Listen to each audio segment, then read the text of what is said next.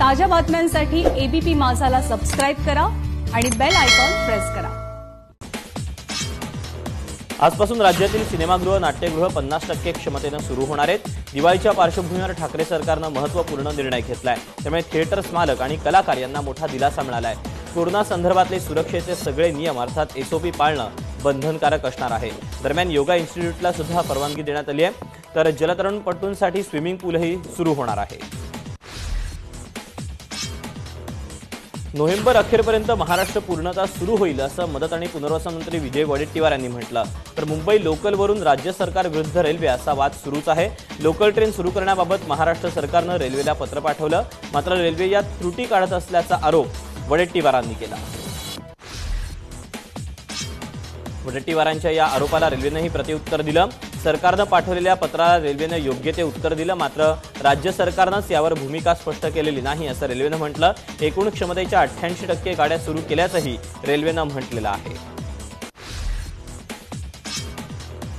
अर्णब गोस्वामी यांना 14 दिवसांची न्यायालयीन कोठडी सुनावण्यात आली। पोलीस कोठडीची मागणी अलिबाग पोलिसांनी केली होती, पण न्यायालयाने ती फेटाळली।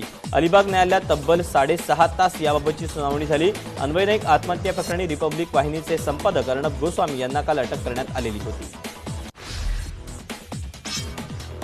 न्यायालयाने पोलीस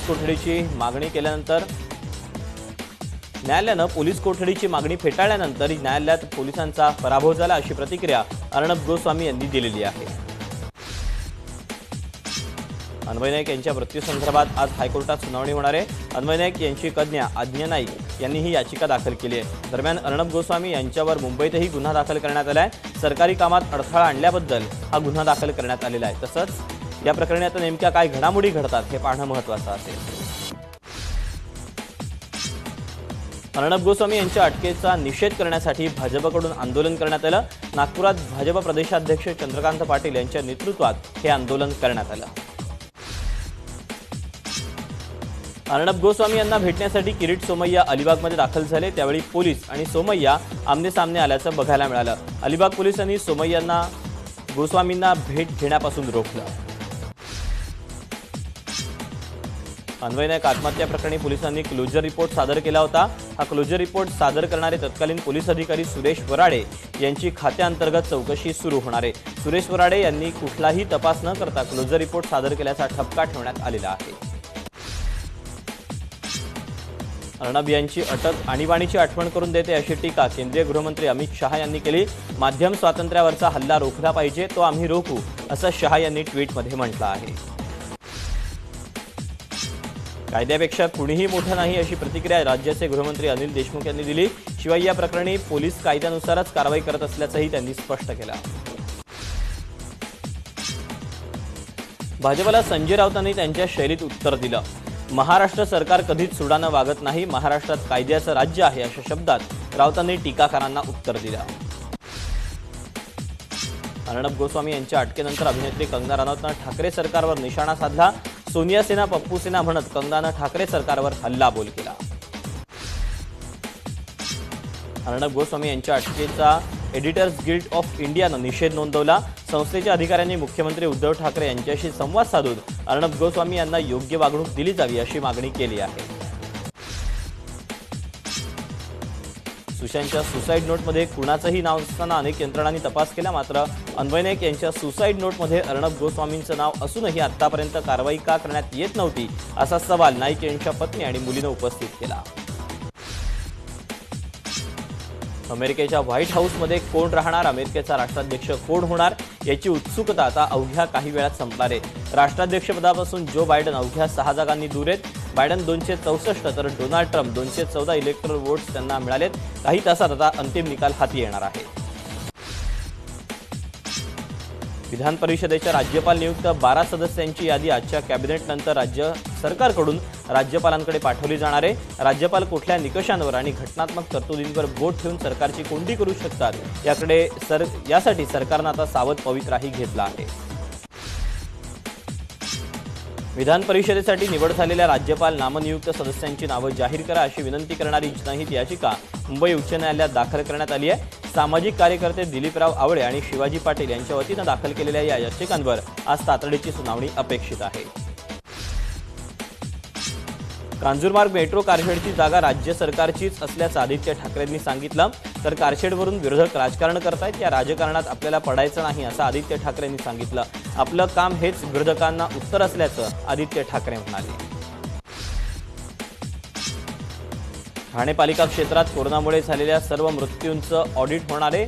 कोरोना काळात अनेक मृत्यू हे संशयास्पद झाल्यानं नातेवाईकांनी गोंधळ घातल्याचं समोर आलं होतं. त्यामुळे सर्व कोविड मृत्यूचं ऑडिट करण्याची मागणी महापौर नरेश म्हस्के यांनी केली होती. त्यानुसार आयुक्त विपिन शर्मा यांनी एका समितीची स्थापना करून सर्व मृत्यूंचे ऑडिट अहवाल सादर करण्याचे निर्देश दिले आहेत. महाराष्ट्रात दिवसभरात 8,728 रुग्ण हे कोरोनामुक्त झाले. तर राज्यात 5,505 नव्या कोरोनाबाधितांची नोंद झाली. गेल्या 24 तासात महाराष्ट्रात 125 कोरोनाग्रस्तांचा मृत्यू झाला आहे. विरोधी पक्षनेते देवेंद्र फडणवीस काही दिवसांपूर्वी कोरोना पॉझिटिव्ह झालेले होते.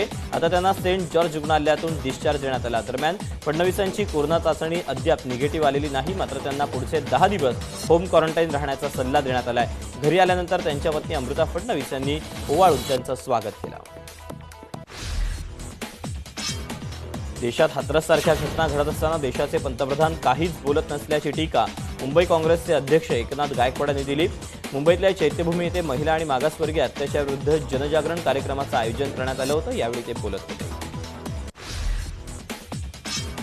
राज्यात थंडीची चाहूल लागली आहे. धुळे जिल्ह्याचा तापमानाचा पारा 2 अंशांनी घसरून काल 12.6 अंश सेल्सिअस इतका नोंदवला गेला. राज्यात विशेषतः उत्तर महाराष्ट्रात आज आणि उद्या पारा आणखी घसरण्याचा अंदाज वर्तवण्यात आला आहे.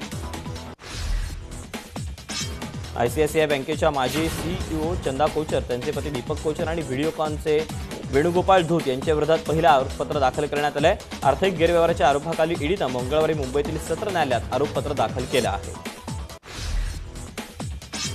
मुंबई महापालिकेकडून बेस्ट कर्मचाऱ्यांना दिवाळी बोनस जाहीर झाला. बेस्ट कर्मचाऱ्यांना 10,100 रुपये इतका दिवाळी बोनस जाहीर करण्यात आलेला आहे.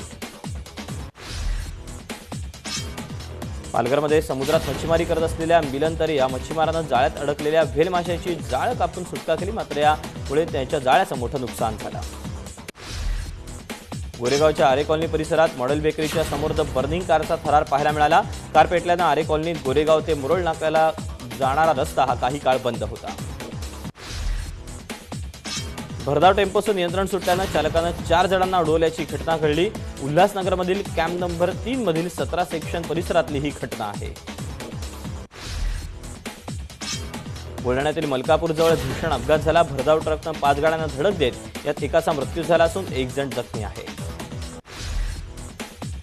वसईत प्रेम प्रकरणावरून 18 वर्षीय तरुणीला तिच्याच कुटुंबियांनी जीवे मारण्याचा प्रयत्न केला. स्थानिकांनी हा प्रकार बघितल्यानंतर त्यांनी तात्काळ पोलिसांना बोलावलं आणि तिच्या जवळच्या रुग्णालयात उपचारासाठी दाखल केलं. हवेत गोळीबार करत भरदिवसा बांधकाम ठेकेदाराचं अपहरण करण्यात आलं. औरंगाबादच्या देवानगरी भागातली कालच्या दुपारची ही घटना आहे. पालघर साधू हत्या प्रकरणी 4 आरोपींना जामीन मिळाला. ठाणे सत्र न्यायालयाकडून त्यांना सशर्त जामीन मंजूर करण्यात आलेला आहे. धावत्या ट्रेनमध्ये एका महिलेनं बाळाला जन्म दिला. वांद्रे गाजीपूर एक्सप्रेसच्या S12 या डब्यात शौचालयात महिलेची प्रसूती झाली. दिवाळीनिमित्तानं एसटी महामंडळातर्फे जादा गाड्या सोडण्यात येणार आहेत. रत्नागिरीत 11 नोव्हेंबरपासून जादा गाड्या सोडण्याचं नियोजन करण्यात आलेलं आहे. लातूर कृषी उत्पन्न बाजार समितीत सोयाबीनची विक्रमी आवक झाली. तब्बल 2 लाख पोत्यांची आवक झाल्यानं बाजार समितीत वाहनांच्या लांबच लांब रांगा लागलेल्या बघायला मिळाल्या. लासलगाव बाजार समितीत सलग 3ऱ्या दिवशी कांद्याच्या दरात घसरण झाली. आज 500 ते 700 रुपये इतकी घसरण झालेली पाहायला मिळाली. कोल्हापूर जिल्ह्यात पट्टणकोडोलीच्या विठ्ठल बिरदेव मंदिरात फरांडे बाबा यांची भाकणूक पार पडली. या भाकणुकीत फरांडे बाबांनी ऊसाचे दर वाढतील, द्विदल धान्याचं उत्पादन जास्त असेल असं भाकीत वर्तवलं आहे. मागील 6 दिवसापासून अमरावतीत भाजपच्या वतीनं मंत्री यशोमती ठाकूरांच्या विरोधात साखळी आंदोलन सुरू आहे. पोलीस कर्मचाऱ्याला मारहाण प्रकरणी न्यायालयानं शिक्षा सुनावल्यानं नैतिक जबाबदारी स्वीकारत राजीनामा देण्याची मागणी भाजपकडून करण्यात येते. सिंधुदुर्ग जिल्ह्यात बांदा दोडामार्ग रस्त्यावरची दुरावस्था झाल्यानं भाजपनं रास्ता रोको केला. वेळी मुंडण करत राज्य शासन आणि बांधकाम अधिकाऱ्यांचा निषेध नोंदवला गेला. देशात कोरोना रुग्णांचा आकडा कमी होत असताना राजधानी दिल्लीत कोरोना रुग्ण वाढताना पाहायला मिळत आहेत। दिल्लीत कोरोनाची तिसरी लाट सुरू झाली अशी माहिती मुख्यमंत्री अरविंद केजरीवाल यांनी दिली आहे। पश्चिम बंगाल, राजस्थान आणि महाराष्ट्रानंतर आता केरळ राज्यानेही सीबीआयला राज्यात चौकशीसाठी मज्जाव केलाय। त्यामुळे राज्यात चौकशी करायची झाल्यास सीबीआयला केरळ सरकारची परवानगी घ्यावी लागेल। अहमदाबादमधील पिपलज पिराना रोडवरील कापड गोदामात भीषण आग लागली। यात 12 जणांचा मृत्यू झाल्याची माहिती आहे। 5 अग्निशमन दलाच्या गाड्यांनी आग आटोक्यात आणली। भारतीय वायुदलाच्या ताफ्यात आणखी 3 राफेल विमानं दाखल झाली आहेत। फ्रान्सहून ती 3 विमानं काल रात्री 8च्या दरम्यान गुजरातच्या जामनगर एअरबेसवर पोहोचली आहे। डीआरडीओनं काल ओडिशात पिनाका रॉकेट प्रणालीची यशस्वी चाचणी केली। डीआरडीओनं ट्विटरद्वारे याची माहिती दिलेली आहे।